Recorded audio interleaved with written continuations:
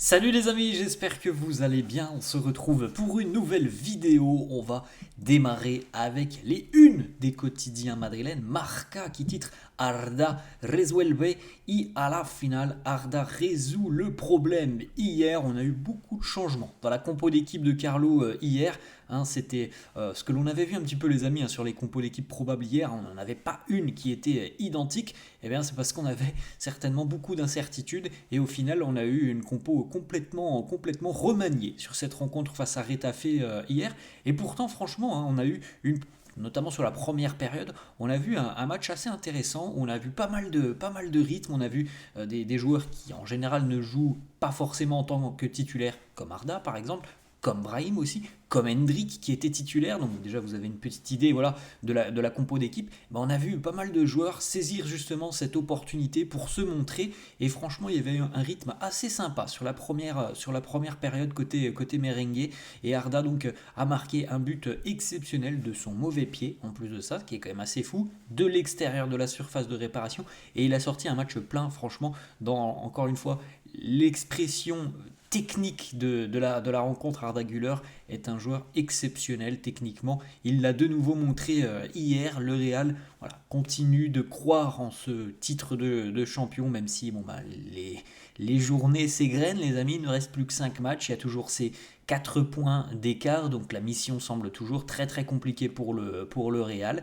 Et maintenant, voilà, on attend un faux pas du Barça en Liga. Peut-être que ça arrivera. On verra d'ici les prochaines journées de championnat. Maintenant, les amis, focus sur la finale de la Coupe du Roi. Ça sera dans 48 heures. Le quotidien AS qui titre No se rinde.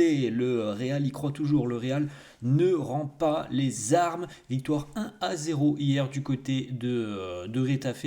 Une victoire qui est assez convaincante, même si, évidemment, sur l'aspect défensif, encore une fois, on a concédé beaucoup d'occasions, mais on a vu des choses très positives offensivement. Alors, la problématique, les amis, c'est que je pense très sincèrement que l'équipe qui a démarré face à Retafe ne sera pas du tout la même qui va démarrer face au Barça. Mais par contre, j'aimerais bien que ceux qui vont démarrer face au Barça ce week-end s'inspirent un petit peu de la volonté tout simplement et de l'agressivité qu'ont mis les joueurs, dans le bon sens du terme, qu'ont mis les joueurs hier avec beaucoup d'envie, tout simplement de performer, parce qu'on a vu un visage assez satisfaisant du Real, notamment sur la première période.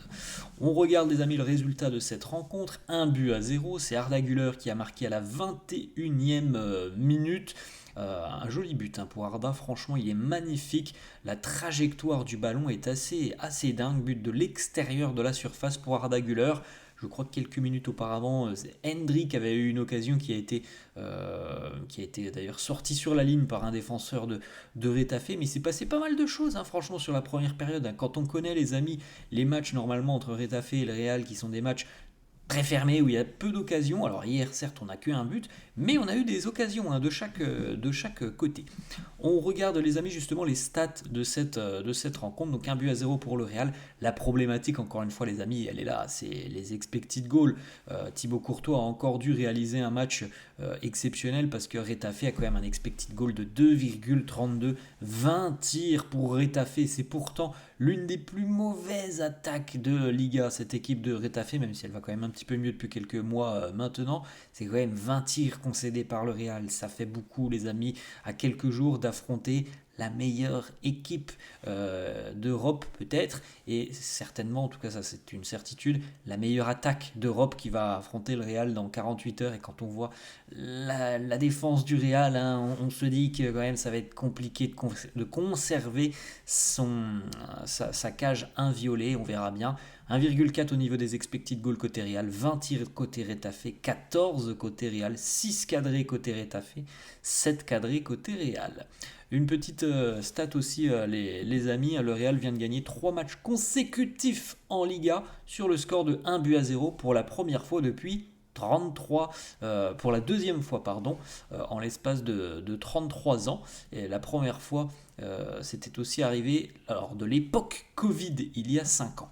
Regardez le but, les amis d'Arda Güler. Alors déjà, vous voyez notamment la prise de balle, le pied d'appui, et puis vous voyez hein, que par rapport à son pied droit, donc qui n'est pas son bon pied, on rappelle, c'est son pied faible, entre guillemets, parce qu'hier il a envoyé une frappe qui est vraiment magnifique. La trajectoire du ballon est assez dingue, c'est pour ça que David Soria a été battu du côté de Retafer. Déjà, elle est au ras du poteau, un petit peu à mi-hauteur, et avec une trajectoire un petit peu flottante. Vous le voyez par rapport au coup de pied là, que c'est un peu fouetté, et il est très très beau. Le but d'Arda Güler, les amis, vous l'avez compris, c'est encore un but de l'extérieur de la surface de réparation. Le Real est numéro 1 en Europe cette saison par rapport au but inscrit de l'extérieur de la surface de réparation. Sur les 5 grands championnats, le Real est numéro 1 avec 20 buts inscrits depuis l'extérieur de la surface. On en a vu beaucoup notamment pour Fede Valverde, on le sait, c'est son arme principale. Et regardez qui se trouve en deuxième position dans ce classement, le FC Barcelone. Les deux équipes se retrouvent ce week-end. Le Arda, donc malgré un faible temps de jeu cette saison, est quand même impliqué sur 11 buts. C'est quand même plutôt pas mal pour un joueur qui a parfois de grosses périodes où il n'est même pas utilisé, impliqué sur 11 buts, 4 buts et 7 passes D pour le jeune turc. La première mi-temps en statistique de Arda Güler, il a été véritablement au four et au moulin. Arda, sur cette première période, on l'a vu partout avec une qualité technique encore une fois exceptionnelle. Voilà, des deux pieds, c'est monstrueux, cette aisance technique qu'il a. 1 but, 76 ballons touchés, 2 passes clés, 2 sur 2 au niveau des dribbles, 4 duels gagnés sur 5, 54 sur 61 pour les passes, 2 tirs, 1 faute obtenue et 1 interception. Très gros match pour Arda hier. On a une petite déclat justement de Carlo, donc, qui avait utilisé plutôt Arda hier dans une position de numéro 10, et c'est pour ça qu'Arda a aussi pu s'exprimer comme ça en étant un petit peu libre sur le terrain, électron libre au milieu. Il nous dit Arda a montré sa qualité, aujourd'hui il a joué au milieu de terrain plutôt comme un numéro 10. Arda, c'est un phénomène au niveau de la construction du jeu. Dans le futur, on pourrait peut-être l'utiliser comme un pivot. À l'heure actuelle, ça semble un petit peu fou.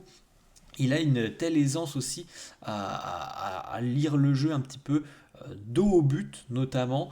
Il a cette faculté à recevoir des ballons qui ne sont pas simples et à sortir tout simplement un contrôle qui lui permet de se sortir d'une situation qui n'est pas aisée. Il a cette faculté à décaler très rapidement, à mettre en retrait. Donc peut-être à l'avenir, voilà, entre guillemets un 9,5 Arda Güler, c'est peut-être une possibilité, pas pour maintenant. Je pense qu'il faut encore évidemment qu'il s'épaississe dans son jeu, dans ses caractéristiques, mais ça peut être une idée, peut-être, on verra à l'avenir. En tout cas, une chose est sûre, c'est qu'hier en numéro 10, Arda a été flamboyant. Une petite déclat justement du jeune crack turc qui nous dit: je suis très heureux de cette victoire, j'ai marqué un beau but, j'ai aussi joué dans une position dans laquelle je me sens confortable, donc je suis vraiment très heureux. Comme on l'a dit les amis, il y avait des changements hier, notamment dans le système offensif. On sait Mbappé n'était pas présent, Rodrigo était sur le banc, Bellingham était sur le banc, donc voilà, Carlo avait fait des changements et on a vu un match quand même globalement satisfaisant, et ça c'est positif. Petite information les amis, on a quand même 2 mauvaises nouvelles à 48 heures maintenant de cette Copa del Rey. David Alaba a été remplacé à la mi-temps. Il était titulaire. David, il évoluait d'ailleurs en charnière centrale, accompagné de Raúl Asensio. David Alaba a ressenti une gêne visiblement au niveau de la jambe, de la cuisse. On n'a pas plus d'informations à l'heure actuelle. Eduardo Camavinga, lui aussi, a ressenti une gêne au niveau des adducteurs. Voilà la déclaration de Carlo en conférence de presse. Camavinga et David Alaba ont tous deux des problèmes musculaires. Il y a pour les deux très peu de chances qu'ils soient remis à temps pour le Classico de ce week-end. Voilà, mauvaise nouvelle, encore une de plus comme d'habitude les amis. Les blessures comme d'hab, on est habitué quand même, ça fait 3 ans que c'est comme ça. Cette année quand même, je ne sais pas si cette année c'est quand même pas encore un level un peu plus haut. Quoique l'année dernière, c'était quand même aussi assez incroyable. Bref, voilà, encore 2 blessés. Et on sait très bien, les amis, que Camavinga avait des chances de démarrer la rencontre face au Barça. Bon, ben, là, force est de constater qu'il va falloir encore trouver une autre solution. Bon, la solution, elle semble toute trouvée, évidemment, ça sera Fran Garcia qui sera latéral gauche. Hein. Je pense, hein, de toute façon, au bout d'un moment, il n'y a plus trop d'options pour le Real. Et David Alaba, la rechute pour. La rechute. On va voir, les joueurs vont passer des examens aujourd'hui, mais depuis son retour de blessure, de toute façon, on voit bien qu'il n'est pas revenu à 100%. Cette blessure, elle l'atteste encore un peu plus. Carlo qui nous dit d'ailleurs hein, que Fran Garcia est désormais le seul latéral gauche disponible pour la finale de ce week-end. En attendant, les amis, croisez les doigts, hein, un retour de Ferland Mendy qui normalement devrait être disponible. On en a parlé hier, je crois. Mais Ferland, ça fait presque un mois qu'il n'a pas joué. Donc ça serait quand même assez suicidaire, entre guillemets, de le relancer directement face au Barça. Voilà. Alors on en est là, les amis, à 48 heures du Classico, on a un latéral gauche qui est disponible, c'est tout. Ensuite, les amis, une petite déclat de Carlo pour Hendrik. Il nous dit Hendrik doit continuer d'apprendre, il doit tirer aussi fort que possible et ne pas tenter de petits gestes. Alors il y a eu une situation notamment en première période où Hendrik a failli marquer, ça a été sauvé sur la ligne. Alors je ne sais pas si la déclaration de Carlo, elle vise justement cette situation particulière en première période, parce que je pense quand même qu'il fait le bon choix en première période en jouant du plat du pied face à David Soria qui est très grand, qui est un gardien assez imposant. Il a fait le bon choix selon moi, de ne pas utiliser la force, mais plutôt d'utiliser le plat du pied pour la placer. Je pense que c'était le bon choix. Après, évidemment, le plat du pied, tu n'as pas la force d'un vrai coup de pied, d'une vraie frappe du coup de pied. Mais je pense que c'était le bon choix. Après, bon, c'est sauvé sur la ligne. On a une petite stat sur Thibaut Courtois. 6 arrêts hier, 5 depuis l'intérieur de la surface de réparation. Encore une fois, match énormissime pour le portier belge qui nous dit la finale de la coupe ce week-end est très importante pour nous. Nous voulons évidemment rendre nos supporters fiers, nous voulons leur donner quelque chose pour qu'ils puissent tout simplement communier ce week-end. On veut aussi démontrer que nous sommes une vraie équipe à la Madrid. Ensuite les amis, comme on l'a dit tout à l'heure, c'est quand même positif pour le Real de se dire qu'avant d'affronter le Barça, tu viens d'enchaîner quand même 3 clean sheets consécutifs. Alors, certes les amis, face à Retafe, on a quand même concédé beaucoup d'occasions hier, face à Alaves et face à l'Athletic, c'était quand même plutôt costaud défensivement, surtout face à l'Athletic, mais bon, il faut aussi le dire, c'était l'Athletic équipe B, parce qu'il y avait quand même, je crois, 10 changements du côté des Basques. En tout cas, c'est positif parce qu'il y a 3 clean sheets consécutifs, et franchement les amis, on va pas se mentir, on n'en a pas eu beaucoup cette saison et encore moins 3 fois consécutivement. Donc voilà, c'est un point positif. Maintenant, le Barça n'a rien à voir avec les 3 équipes qui sont là. Hein. Le Barça offensivement, c'est la meilleure équipe d'Europe.